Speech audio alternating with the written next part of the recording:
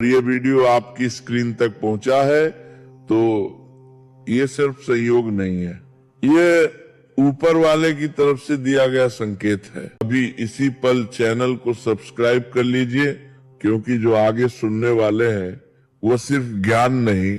अगर आपने सब्सक्राइब नहीं किया तो ये ऐसा होगा जैसे तूफान की खबर सुनकर भी दरवाजा खुला छोड़ देना। खाटू श्याम साक्षी है, मैं बिना वजह किसी को नहीं रोकता, लेकिन आज रोक रहा हूं क्योंकि समय बहुत नाजुक है। आज मैं बोलने से पहले रुक रहा हूं क्योंकि कुछ बातें शब्दों में नहीं सन्नाटे में उतरती है। अश्वमेध यज्ञ में घोड़ा छोड़ा जाता है। उस घोड़े को जिस राज्य से निकले पूजन करके नमस्कार कर दे तो युद्ध नहीं होगा, माना जाता है वो परास्त हो गया। अगर घोड़े के साथ थोड़ी भी छेड़खानी की तो युद्ध होगा और उस बलवान राजा उसे बंदी बनाएगा। तो उस घोड़े को इंद्र ने चुरा लिया अश्वमेध यज्ञ के। पता ही नहीं चला कि किस राजा ने घोड़ा बंदी बनाया, क्योंकि इंद्र ने चुरा लिया, किसी राजा ने नहीं। उस समय महारानी सुमति के गर्भ से उत्पन्न हुए सगर के पुत्रों ने अपने पिता के आज्ञानुसार घोड़ा सारी पृथ्वी छान डाली, ढूंढा पर कहीं नहीं मिला। तब उन्हें बड़ा क्रोध आया और बड़ी गुस्सा से उन्होंने पृथ्वी को खोदना शुरू किया। खोदते खोदते उन्हें पूर्व और उत्तर के कोने पर अपना घोड़ा बंधा दिखाई दिया, जो कपिल मुनि का आश्रम था। 60,000 सगर के पुत्र थे। वो शस्त्र उठाकर कहने लगे, दौड़ो दौड़ो, पकड़ो, यही हमारे घोड़े को चुराने वाला चोर है। देखो तो सही, घोड़ा चुरा के यहां बांध लिया और आंख मूंद कर बैठ गया। ये तो पाप कर्म इसने किया, इसको मार डालो।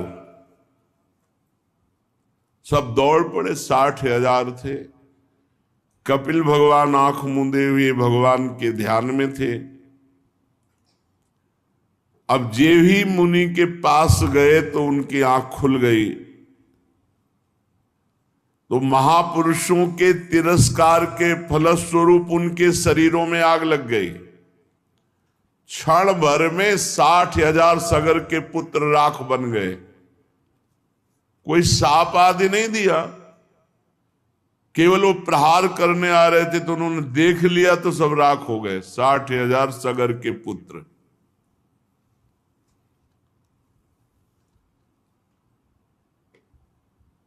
ये महापुरुषों के अपराध करने का फल है, क्योंकि कपिल भगवान तो गुणातीत स्थिति में है, वो क्रोध काहे को करेंगे।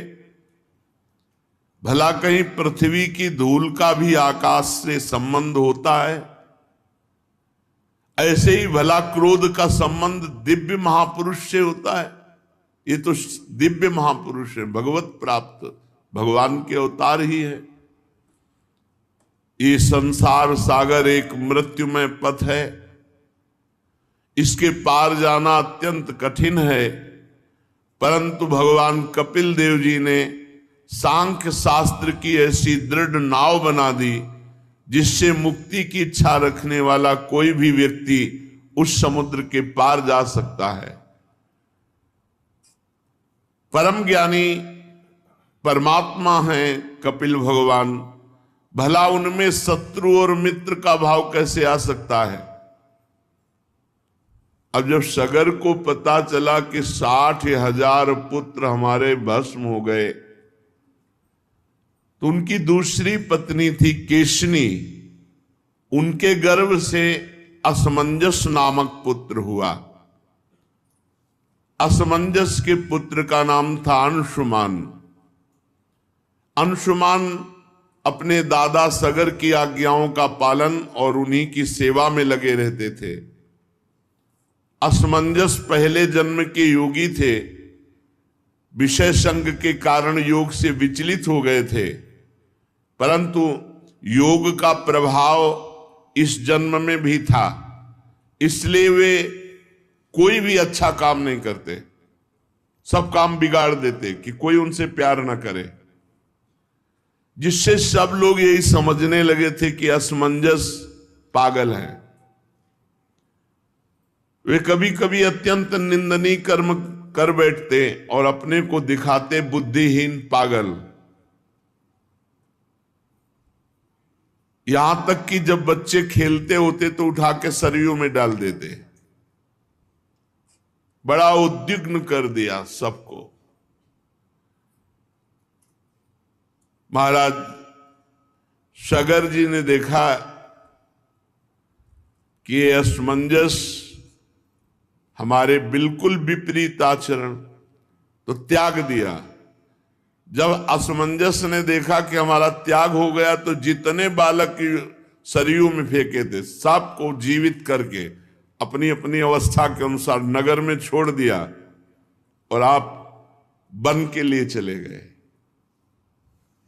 अयोध्या के नागरिकों ने देखा कि सबके बालक लौट आए, तब राजा सगर को बड़ा पश्चाताप हुआ कि हमने अपने सिद्ध योगी पुत्र का पागल समझ करके अपमान किया। अब अंशुमान को आज्ञा करी तो उन्होंने अपने जो चाचा से 60,000 लाख बने हुए थे, भस्म के पास देखा घोड़ा बंधा हुआ, तो हाथ जोड़ करके अंशुमान कपिल भगवान के चरणों में गए और एकाग्रता से स्तुति की। अंशुमान ने कहा, हे कपिल भगवान, आप अजन्मा ब्रह्मा जी से भी परे हैं, इसलिए आपको प्रत्यक्ष रूप में देखा नहीं जा सकता, समाधि के द्वारा आपका अनुभव होता है, किंतु ये रजोगुणी जन आपको समझ नहीं पाए, इसलिए अपराध कर दिया और अपने अपराध से ही वो भस्म हो गए। संसार के शरीरधारी 3 गुणों में ही विचरण करते रहते, सतोगुण, रजोगुण, तमोगुण। जागृत, स्वप्न और सुषुप्ति 3 अवस्थाएं। इसी कारण ये माया मोहित जन, हे भगवान आप सर्वत्र हैं पर आपका दर्शन नहीं कर पाते। 3 गुणों और उनका प्रभाव, जागृत, स्वप्न, सुषुप्ति, आप सबके हृदय में विराजमान है पर आपको कोई नहीं जान सकता। सनंदन आदि मुनि आत्मस्वरूप के अनुभव से माया के गुणों के द्वारा होने वाले भेद को मिटा दिया तो आपका अंदर ही साक्षात्कार प्राप्त कर लिया। पर मैं तो मूढ़ पुरुष हूं, कैसे आपका चिंतन करूं। माया और उसके गुण और गुणों के कारण होने वाले कर्मों के संस्कार, ये सब स्थूल सूक्ष्म कारण आप में नहीं है। ना तो आपका नाम है ना तो रूप, आप में ना कार्य है ना तो कारण, आप सनातन आत्मा हैं। ज्ञान का उपदेश करने के लिए कपिल रूप धारण किया, हम आपको नमस्कार करते हैं। भगवान कपिल देव जी ने कहा, बेटा इस घोड़े से हमारा कोई संबंध नहीं, पता नहीं कौन तुम्हारे पिता के यज्ञ पशु को चुरा के लाया और यहां आश्रम में बांध दिया, और तुम्हारे चाचाओं ने मूर्खता की, वो समझे कि हमने घोड़ा चुराया तो हम पर प्रहार करने को चले तो भस्म हो गए। अंशुमान ने बड़ी नम्रता से कहा, प्रभु मेरे पुरखों का उद्धार कैसे होए जो भस्म हो गए। तो उन्होंने कहा, गंगा जल से होगा। यदि गंगा जी कृपा करें और भूतल पे आए और तुम्हारे पुरखों की राख उनमें, तो उनका परम कल्याण हो जाएगा। अंशुमान जी ने जो अश्वमेध यज्ञ का घोड़ा था उसको लिया और पहले ब्राह्मणों से अश्वमेध यज्ञ पूर्ण कराई, फिर महर्षि और के बतलाए हुए मार्ग से महाराज सगर परम पद को प्राप्त हुए। अंशुमान जी ने बड़ी घोर तपस्या की गंगा जी लाने के लिए, परंतु सफलता नहीं मिली। गंगा जी लाने के पहले ही मृत्यु आ गई और उनका शरीर छूट गया। अंशुमान के पुत्र दिलीप हुए। महाराजा दिलीप जी ने भी भारी तपस्या की गंगा जी को भूतल पर लाने के लिए, परंतु गंगा जी लाने में असफल रहे और उनकी भी मृत्यु हो गई। दिलीप के पुत्र हुए भगीरथ जी। उन्होंने भारी तपस्या बचपन से ही की गंगा जी को प्रसन्न करके भूतल पर लाने के लिए। देखो 3 पीढ़ी लग गई, तब गंगा जी प्रसन्न हुई। गंगा जी ने प्रसन्न होकर के दर्शन दिया और कहा, मैं तुम्हें वर देने के लिए आई हूं, क्या तुम वरदान चाहते हो? भगीरथ जी ने बड़ी नम्रता से साष्टांग प्रणाम किया गंगा मैया को और प्रार्थना की कि आप मृत्यु लोक में पधारिए और हमारे पुरखों का कल्याण कीजिए। गंगा जी ने कहा कि जिस समय मैं स्वर्ग से पृथ्वी पर गिरूंगी तो कोपि धारिता वेगम पतंत्या में महीतले अन्यथा भूतलम भित्वा नृपयास्य रसातलम। कोई चाहिए जो भूमंडल पर पृथ्वी लोक में बीच में मुझे रोक ले, अगर नहीं रोका तो मैं अपने वेग से रसातल को चली जाऊंगी, तुम्हारा प्रयास निष्फल। भूतल पर मुझे कोई रोकने वाला चाहिए। इसके अतिरिक्त दूसरी बात, किम चाहम नु भुवम यास्य नरा मैया मर्जन्त्यघम मृजामि तदघम कुत्र राजस्तत्र विचिन्त्यताम। भगीरथ, ये 2 समस्याएं हैं। भूतल पर कोई चाहिए जो मुझे रोक ले, नहीं तो मैं रसातल को चली जाऊंगी ब्रह्मलोक से सीधे। और दूसरी बात, पृथ्वी पे जाऊंगी तो पापी लोग मेरा स्पर्श करके निष्पाप हो जाएंगे, पर मैं पाप युक्त हो जाऊंगी, तो मैं पाप कहां धोऊंगी? इस विषय पर तुम विचार करो। भगीरथ जी ने कहा, पहले समस्या का तो समाधान मैं अभी किए देता हूं। साधवो न्यासिनः शांता ब्रह्मिष्ठा लोक पावनाः हरन्त्यघम तेंग संगात ते स्वास्ते हृभिद्धरी। माता, तुम चिंता मत करो, जब पृथ्वी पर आप जाओगे तो पापी ही आपका स्पर्श नहीं करेंगे। जो लोग परलोक के सुख संपत्ति का त्याग कर चुके हैं, जो संसार से संन्यास लेकर निरंतर भजन में लगे हैं, ऐसे शांत ब्रह्मनिष्ठ महात्मा जब आपका स्पर्श करेंगे तो आप निष्पाप हो जाओगे। गंगा को भी पाप रहित करने की सामर्थ्य भगवत भक्त में है, भगवत प्रेमी महात्मा में है। साधवो न्यासिना, जिन्होंने समस्त भोगों का त्याग कर दिया, ऐसे सन्यासी।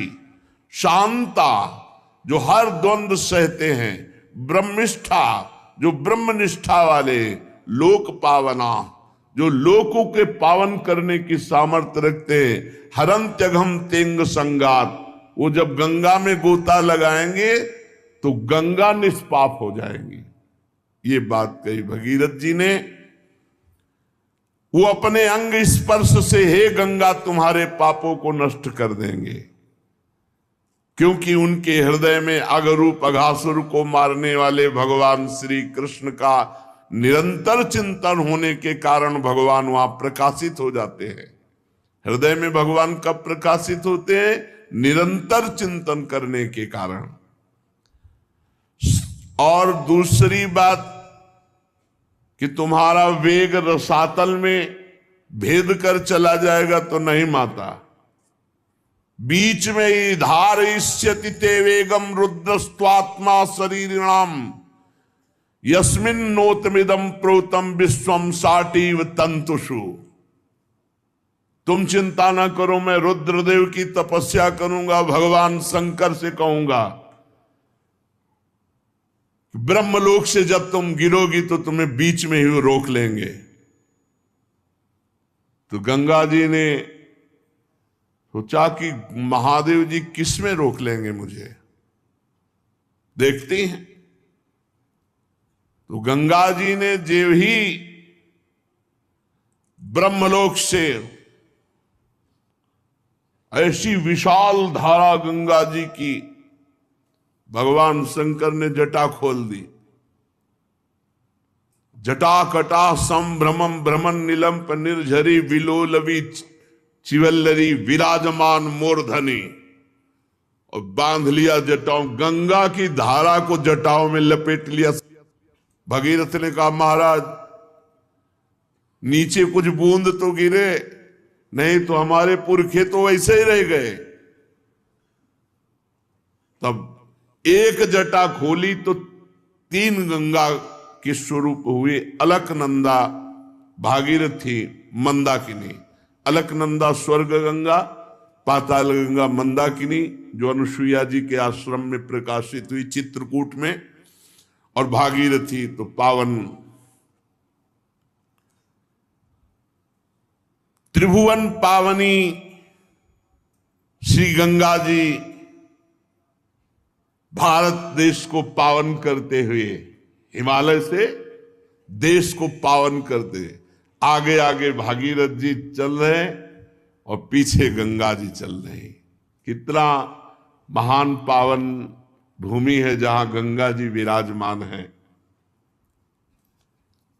गंगा जी भगवती तव तीरे नीरमात्रा सनोहम विगत विषय तृष्णा कृष्ण माराधयामि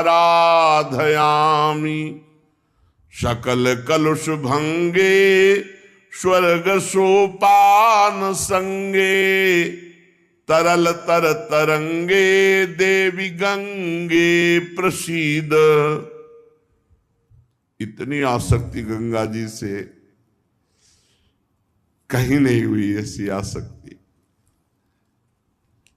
यमुना जी का अवगाहन सेवन हुआ पर उतना नहीं हुआ जितना गंगा जी का हुआ।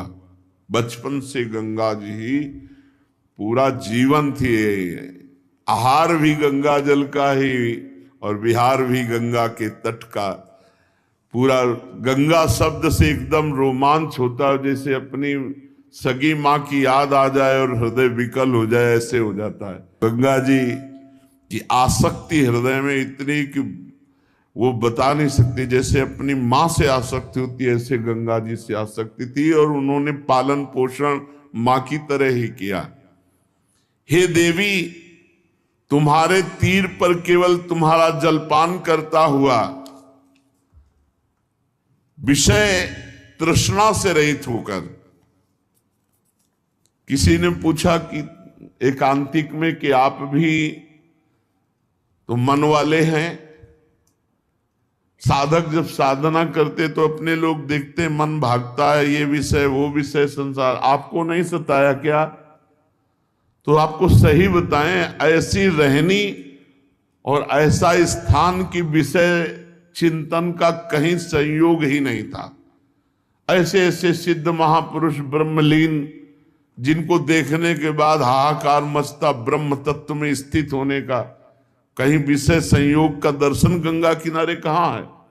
और कभी हरिद्वार की तरफ ऊपर नहीं चढ़े, जहां देखा कि भीड़ वहां नहीं गए, बस किनारा किनारा ही प्रयाग, तीर्थराज, काशी विश्वनाथ घाटों में, फिर किनारा वापस, यही क्षेत्र ही था, यही क्षेत्र था। हम कहीं जीवन में नहीं गए, किसी भी तीर्थ में, किसी और धाम में नहीं गए।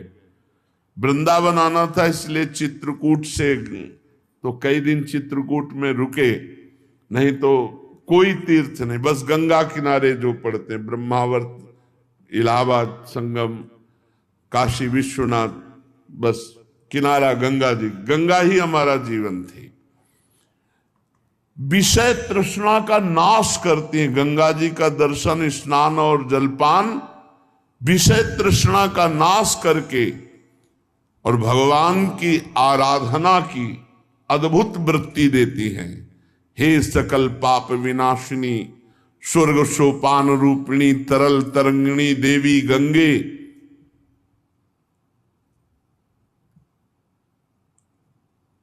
मुझ पर प्रसन्न हो। भगवती भवलीला मौलिमाले तवाम्भः कणमणु परिमाणम प्राणिनो ये स्पृशन्ति अमर नगर नारी चामरग्राहिणी नाम विगत कलि कलंकातंक मंके लुठंती। हे भगवती गंगा, तुम महादेव जी के मस्तक की लीलामयी माला हो।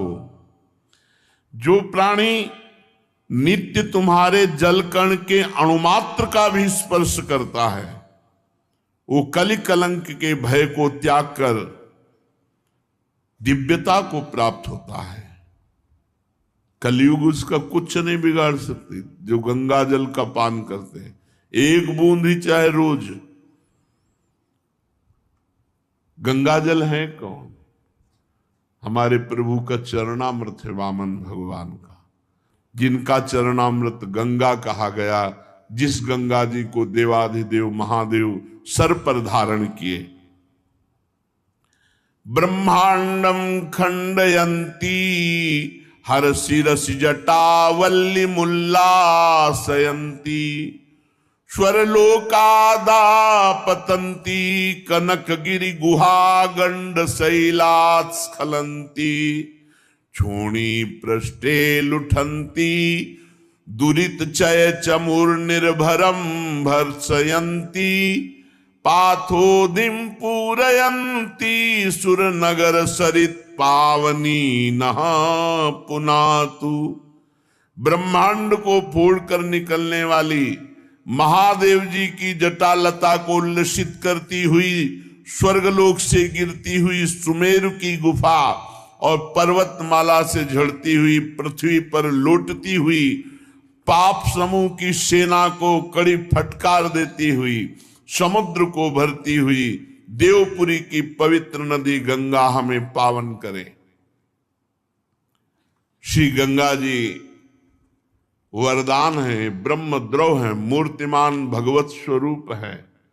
हम भारतवासियों का कितना सौभाग्य, जहां की नदी के रूप में ब्रह्मद्रव, बिल्कुल सच्ची कहते हैं, रोज नया उत्साह, नई एक अगन भगवत प्राप्ति की, तत्वबोध की। कभी ऐसा खान पान विश्राम संसार ये स्मरण की ही वृत्ति नहीं रही। गंगा जी की कृपा से ये स्मरण की ही वृत्ति नहीं थी। त्रिकाल गंगा स्नान, तीनों टाइम सर में डुबकी लगा के, ऐसे नहीं कि ऐसे हाथ पैर धो लिए, ऐसे तीनों बार गंगा जी का स्नान, चाहे सर्दी हो, चाहे गर्मी, चाहे बरसात। तो जब लगन लगती है तब फिर कुछ नहीं सुनाई देता। ये मन तभी आपको, आपके हृदय में अभी लगन नहीं लगी, भगवत प्राप्ति की लगन लग जाए तो ये विषय, अरे ब्रह्मादिक के भोग सब विषम लागत ताई, नारायण ब्रज चंद की लगन लगी ही जाए। ऐसे ही जो गांव के लोगों के 100 फेंक दिए जाते हैं, कुत्ते किनारे लाके ऐसे नोच रहे, वहीं बैठे हैं, वहां भोग सुहाई देगा, भोग चिंतन सुहाई देगा। वहां तो बस हाय हाय मचा। ये शरीर की दुर्दशा, यही हमारे शरीर की दुर्दशा होगी। फिर भगवत तत्व का अगर बोध नहीं हुआ तो मतलब क्या रह गया। वहां यही दृश्य, कहीं चिता में आग लग रही, कहीं कोई हाथ लिए कुत्ता भाग जा रहा है, कहीं कोई टांग घसीट रहा है, यही दृश्य थे। ये दृश्य आग का काम करते हैं वैराग्य के। क्या शरीर है। तो कई कई दिन भूखे रहने पर भी पीड़ा थोड़ी होती थी, हर समय ब्रह्माकार वृत्ति। कैसे कैसे जीवन का परम लक्ष्य प्राप्त हो, रात दिन। तो ये जो प्राकृतिक कष्ट हैं ये सुख का अनुभव कराते हैं। जैसे योद्धा को जब घाव होता है तो सुख होता है, कायर पुरुष भयभीत होता है, ऐसे जिसका लक्ष्य होता है भगवत प्राप्ति। और गंगा जी वैराग्य में ऐसा पेट्रोल का काम करती है। अगर थोड़ा भी वैराग्य है तो बढ़ा के वैराग्य को बिल्कुल अवधूत बना दे। गंगा जी की अपार महिमा। और यमुना जी की महिमा है कि वैराग्य से अनुराग में डुबा दे, प्रेम में डुबा दे। श्री भगीरथ जी त्रिभुवन पावनी गंगा जी को वहां लेकर के गए जहां उनके पितरों के शरीर राख बने हुए पड़े थे। आगे आगे वो वायु के वेग के समान रथ पर सवार होकर चल रहे, पीछे गंगा जी कलरव करती हुई दौड़ रही है। कल कल करती हुई गंगा जी दौड़ रही।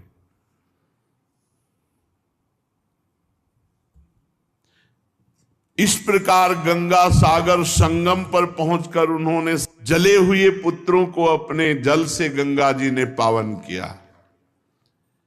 यद्यपि सगर के पुत्र ब्राह्मण के तिरस्कार से भस्म हुए थे, अपराध हुआ था, लेकिन ये गंगा जी की महिमा है कि ऐसे महत अपराधी को भी परम पद प्रदान किया अपने जल के स्पर्श मात्र से। केवल गंगा जल का जे ही उनके शरीर की राख से स्पर्श हुआ कि सब के सब परम पद के अधिकारी बन गए। जय हो भारत भूमि की, जहां ऐसी पावन गंगा जी। अरे गंगा जी का दर्शन, गंगा जी का आचमन, गंगा जी का स्नान तो निष्पाप करता ही। अगर गंगा गंगा यो ब्रूयात योजना नाम सतैरपि, गंगा गंगा गंगा ऐसा उच्चारण करे तो 400 कोस दूर से निष्पाप कर देती गंगा जी। जिनके उद्धार का कोई उपाय नहीं, वो भागवत अपराधी सगर के पुत्र परम पद को प्राप्त हुए, ऐसी माता गंगा जी की महिमा है। केवल गंगा स्पर्श मात्र से। और जो रोज गंगा जी नहाते हैं, गंगा जी का दर्शन करते हैं, गंगा जल पान करते हैं, भला उनके उद्धार में क्या। बड़ी परम पवित्रता की मूर्ति गंगा जी। वो अनुभव अलग अलग महिमा है। पवित्रता की मूर्ति गंगा जी। ज्ञान का उन्मेष गंगा जी के जल से होता है। वैराग्य तो चरम सीमा तक बढ़ जाता है, मृत्यु भी बिल्कुल खिलवाड़ लगती है। गंगा जल से जब शरीर का स्पर्श होता है तो सब पाप थर्रा उठते हैं, नष्ट हो जाते हैं। जो लोग श्रद्धा के साथ नियम लेकर गंगा जी का स्नान करते हैं, उनके संबंध में तो कहना ही क्या है। मैं गंगा जी की महिमा के संबंध में जो कुछ कहा है उसमें कोई आश्चर्य की बात नहीं, क्योंकि गंगा जी सर्वाश्चर्य में भगवान के चरण का धोवन है। जिन चरणों का श्रद्धा से चिंतन कर लेने मात्र से बड़े बड़े मुनि निर्मल हो जाते हैं और तीनों गुणों के बंधन को काटकर भगवत स्वरूप बन जाते हैं। ये गंगा जी उन्हीं भगवान का चरणामृत है, चरण धोवन है। ये संसार के बंधन को काट दे, इसमें कौन सी बड़ी बात है। भगीरथ जी के पुत्र हुए श्रुत। श्रुत का नाभ, नाभ का सिंध द्वीप और सिंध द्वीप का अयुतायु। अयुतायु के पुत्र का नाम था ऋतुपर्ण। ये महाराज नल के मित्र थे। नल को पाशा फेंकने की विद्या ऋतुपर्ण ने ही बताई थी और बदले में अश्व विद्या सीखी थी। ये द्वित क्रीड़ा खेलने के कारण महाराज नल बड़ी समस्या में, बड़े संकट में पड़ गए। पीछे महाभारत में नल और दमयंती का पावन चरित्र सुनाया गया था। तो महाराज ये ऋतुपर्ण बहुत द्वित क्रीड़ा में प्रवीण थे। ऋतुपर्ण नल को पासा फेंकने की विद्या और नल ने अश्वविद्या, बहुत विचित्र इन विद्याओं की कलाएं थी। इतनी रफ्तार से रथ हाँक रहे थे कि ऋतुपर्ण का दुपट्टा गिर गया। तो उन्होंने कहा महाराज सारथी दुपट्टा गिर गया। बोले महाराज न जाने कितने योजन आप आगे आ चुके हो। बोले अभी तो गिरा। बोले महाराज अब तो और कितने आगे आ गए। नल को इतनी विद्या प्रवीण थी कि उन्होंने गणित लगा करके एक चलते हुए रथ से एक वृक्ष में, कि सिहोर का शायद वृक्ष था, किसका वृक्ष था, उसके पत्ते फल सब पूरा गणना राजा ने कहा नहीं रुको, रथ रोको, हम तुम्हारी अंदाज वाली बात नहीं मानते। बोले महाराज एक पत्ते में फर्क नहीं पड़ सकता। उन्होंने डाल काटी, उतने ही पत्ते उतने ही पुष्प। तब उन्होंने कहा तुम्हारी धन्य है विद्या, तुम कौन हो? तो उनका महाराज मैं हूं तो सारथी ही। बोले नहीं, ये विद्या केवल महाराज नल में पाई जाती है।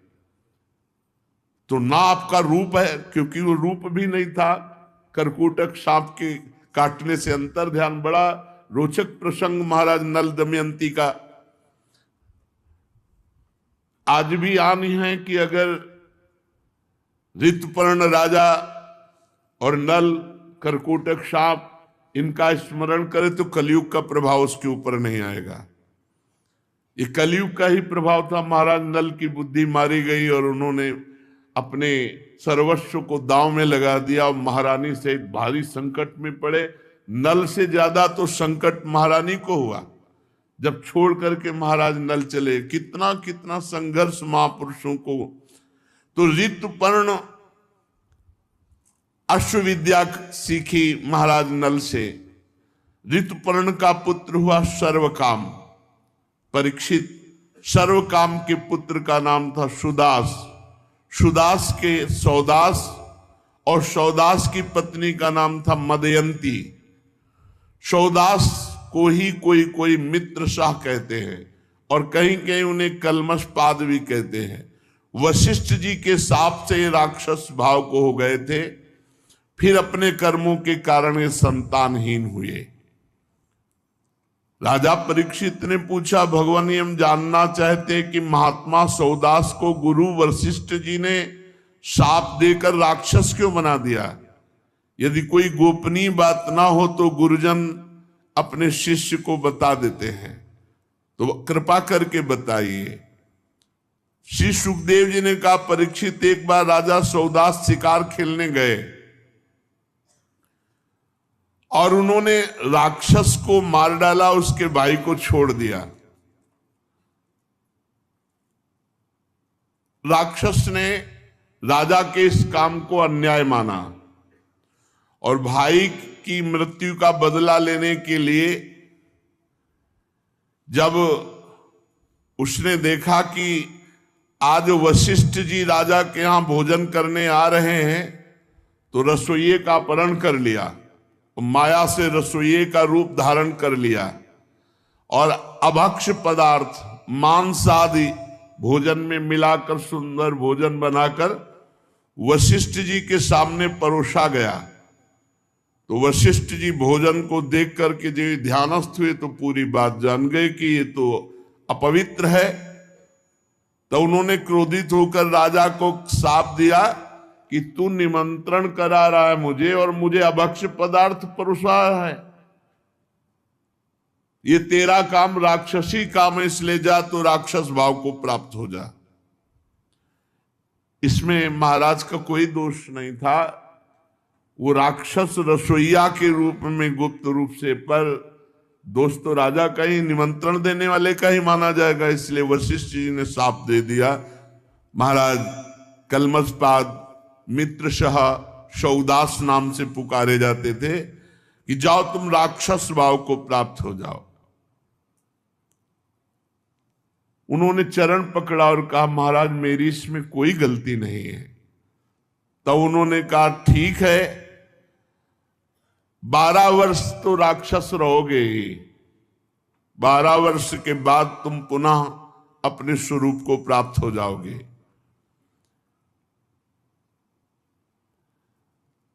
तो उन्होंने कहा महाराज बिल्कुल अपराध न होने पर 12 वर्ष के लिए राक्षस भाव दिया, मैं भी आपको शाप दे सकता हूं। तो उनकी पत्नी ने कहा नहीं, ये आकाश, ये पृथ्वी, ये दिशाएं सब की सब भगवत स्वरूप है और गुरुदेव सब रूपों में है। गुरुदेव को दंड देना ये कहां की बात, तुम तो अभी राक्षस बन गए। साप तो 12 वर्ष का हो, तुम तो अभी राक्षस बन गए। उनकी पत्नी ने डांट लगाया। तो उन्होंने कहा मैं जल को कहां छोड़ू, तो उनका अपने पैरों में छोड़ो। इसीलिए उनके पैर काले पड़ गए, तो कलमशपाद नाम से वो पुकारे गए। थोड़ी देर में वो राक्षस हो गए, राजा बिल्कुल राक्षस बन गए, क्योंकि वशिष्ठ जी का शाप।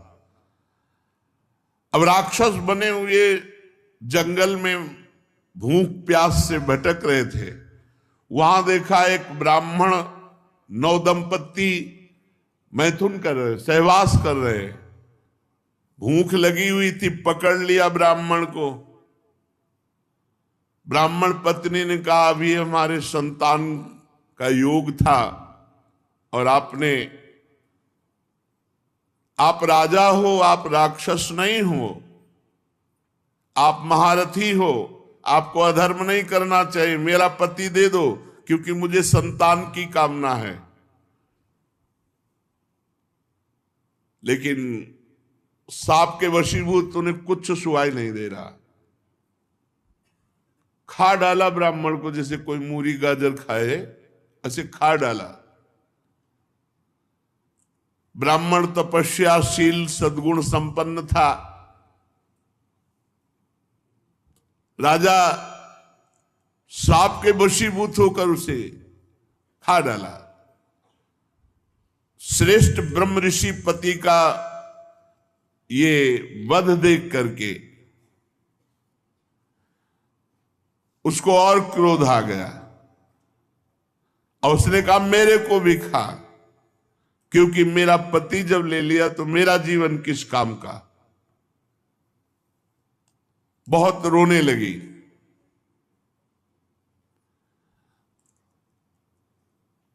महाराज ने कहा मुझे कुछ सुहाई नहीं दे रहा है, मेरे अंदर राक्षस भाव जागृत हो चुका है, मैं तुम्हें भी खा जाऊंगा, पर अभी मेरी भूख नहीं लगी। मैं कोई दया करके नहीं छोड़ रहा हूं, मेरी बुद्धि काम नहीं कर रही। वशिष्ठ जी के शाप से मैं राक्षस हो चुका हूं। ब्राह्मणी ने क्रोध करके राजा को शाप दे दिया, अरे पापी, मैं जब काम से पीड़ित थी ऐसी अवस्था में मेरे पति को खा गया, इसलिए जब तू स्त्री सहवास करना चाहेगा तो तेरी मृत्यु हो जाएगी, ये मैं शाप देती हूं। वो ऐसे बेचारे सांप पे परेशान थे और सांप ऊपर। चलो कलयुग में सांप ही नहीं है, बहुत बचत है। 12 वर्ष बीतने के बाद जब तू सांप से मुक्त होगा और अपनी पत्नी के पास जाएगा, उस समय मेरा सांप काम करेगा। अब तो वैसे राक्षस भाव को प्राप्त हुए। अब राक्षस भाव में सांप मिल गया कि अब गृहस्थी लायक नहीं रह गए। उन्होंने इतना दिमाग काम कर रहा था, ये शाप याद रखा और जीवन में कभी गृहस्थ सुख नहीं भोगा महाराज कलमशपाद। इसलिए वो संतानहीन हो गए। 12 वर्ष के बाद वशिष्ठ जी ने संतान प्रदान की। 7 वर्ष तक गर्भ धारण किया, परंतु बच्चे नहीं हो रहा था। वशिष्ठ जी की कृपा से गर्भाधान तो हुआ, पर 7 वर्ष तक बालक नहीं हुआ। तो वशिष्ठ जी ने एक पत्थर उठाया और पेट पर आघात किया। पत्थर को शास्त्रीय भाषा में अस्म कहते हैं।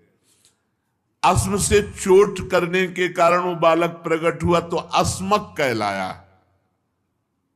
ये बहुत चक्रवर्ती सम्राट हुए अस्मक जी। जब परशुराम जी पृथ्वी को क्षत्रियहीन कर रहे थे तब अस्मक जी को ही छुपा लिया गया था। इन्हीं को नारी कवच कहते हैं। इन्हीं से फिर आगे चलकर क्षत्रिय वंश का विस्तार हुआ। मूलक के पुत्र हुए दशरथ, दशरथ के एडविड, एडविड के राजा विश्वसा, विश्वसा के खडवांग हुए। महाराज खडवांग ऐसे महावीर थे, इन्हें कोई जीत नहीं सकता था। देवताओं की प्रार्थना से दैत्यों का वध किया महाराज खडवांग ने। और जब देवता बहुत प्रसन्न हुए तो पूछा आपको जो वरदान चाहिए मांग लो। तो खडवांग ने कहा मेरी आयु कितनी बची है? तो उनका 2 घड़ी 48 मिनट। अरे मेरा जीवन केवल राजकाज में और युद्ध में इतने में जाता रहा। तत्काल अपने मन और इंद्रियों को अधीन किया और 48 मिनट में परम पद प्राप्त किया। खडवांग जी ने 2 घड़ी में, जीवन में जब पता चला कि आयु रह गई इतनी 2 घड़ी 48 मिनट, तो मन और बुद्धि को खींचकर भगवान में लगा। महावीर तो थे ही वो, और भगवान में स्थित होकर अपने शरीर को त्यागा। 2 घड़ी में परम पद प्राप्त किया। धन्य है उनका जीवन जिन्होंने अपने को भगवान में समर्पित किया है। तीनों लोकों के स्वामी भगवान मुझ पर प्रसन्न है जो मुझे पता चल गया, खडवांग जी सोच रहे। और भोगों की लालसा का त्याग करके जीवनदाता श्री हरि में ऐसे भाव में मगन हुए कि 48 मिनट में परम पद प्राप्त किया। परीक्षित, खडवांग जैसा कोई महावीर चक्रवर्ती सम्राट और 48 मिनट में भगवत प्राप्ति, 48 मिनट में भगवत प्राप्ति। इसलिए उनको तो पता था कि 2 घड़ी बाद मर जाएंगे, अपने को 2 घड़ी का भी पता नहीं। इसलिए हर समय राधा राधा राधा। इन्हीं खडवांग के पुत्र दीर्घबाहु, और दीर्घबाहु के परम यशस्वी पुत्र हुए महाराज रघु, और रघु के अज, और अज के महाराज चक्रवर्ती सम्राट दशरथ जी हुए। और दशरथ जी की तपस्या, भजन, उससे प्रभावित होकर परब्रह्म परमात्मा 4 रूपों में प्रकट हुए। राम, लक्ष्मण, भरत, शत्रुघ्न। खडवांग के वंश में ही परीक्षित, सीतापति भगवान मर्यादा पुरुषोत्तम श्री राम का चरित्र तो तत्वदर्शी ऋषियों ने बहुत वर्णन किया है और तुमने अनेक बार उसे सुना भी है। भगवान श्री राम सत्य प्रतिज्ञ, अपने पिता राजा दशरथ के सत्य की रक्षा के लिए राजपाट छोड़ दिया और 14 वर्ष तक वनवास स्वीकार किया। भगवान श्री राम के श्री चरण कमल इतने सुकुमार थे कि परम सुकुमारी जानकी जी के कर कमलों का स्पर्श नहीं सहन कर सकते थे। उन्हीं चरणों से वो 14 वर्ष नंगे पैर भ्रमण किए। जब चलते चलते थक जाते तब कभी लक्ष्मण जी दबा दबा कर थकावट मिटाते, तो कभी हनुमान जी महाराज आगे चल करके वनवास में ही शूर्पणखा मिली और उसने भगवान से इधर उधर की बात की, तो लक्ष्मण जी ने नाक कान काट कर उसे विरूप कर दिया। इसी के कारण खरदूषण आदि से युद्ध हुआ। फिर रावण के पास गई और इसी घटना के कारण जानकी जी का वियोग सहना पड़ा श्री राम जी को। इस वियोग के कारण क्रोधवश भगवान श्री राम की भौहें तन गई, जिन्हें देखकर समुद्र भयभीत हो गया। भगवान ने समुद्र पर पुल बांधा, लंका में जाकर दुष्ट राक्षसों के जंगल को दावाग्नि के समान दग्ध कर दिया। वे कौशल नरेश भगवान श्री राम हमारी रक्षा करें।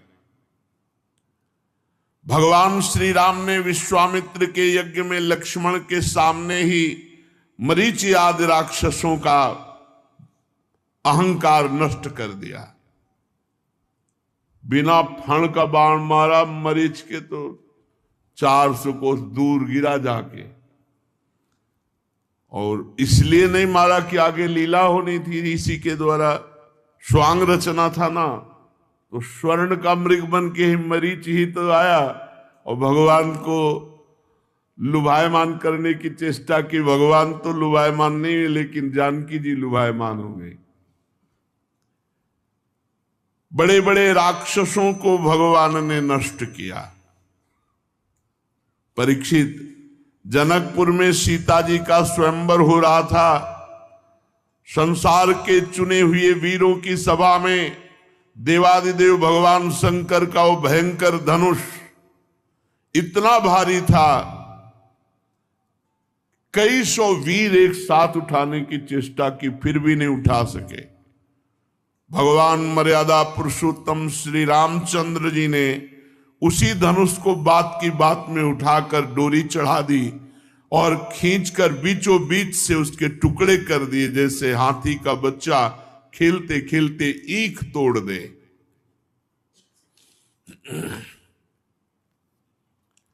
भगवान ने जिन्हें अपने वक्षाय स्थल पर स्थान देकर सम्मानित किया, वे ही परम लक्ष्मी जी ही सीता जी के नाम से जनकपुर में अवतीर्ण हुई थी। गुणशील अवस्था, शरीर की गठन और सौंदर्य में वो भगवान श्री राम के अनुरूप थी। भगवान ने धनुष तोड़कर उन्हें प्राप्त कर लिया। अयोध्या को लौटते समय मार्ग में उनकी परशुराम जी से भेंट हुई, जिन्होंने 21 बार पृथ्वी को राजवंश के बीज से भी रहित कर देने का संकल्प किया था। बड़ी वार्ता हुई। भगवान श्री राम ने परशुराम जी के अहंकार को नष्ट कर दिया। इसके बाद पिता के वचन को सत्य करने के लिए वनवास स्वीकार किया। यद्यपि महाराज दशरथ ने अपनी पत्नी कैकेयी के अधीन होकर ऐसा वचन बोले, पर भगवान श्री राम सत्य के बंधन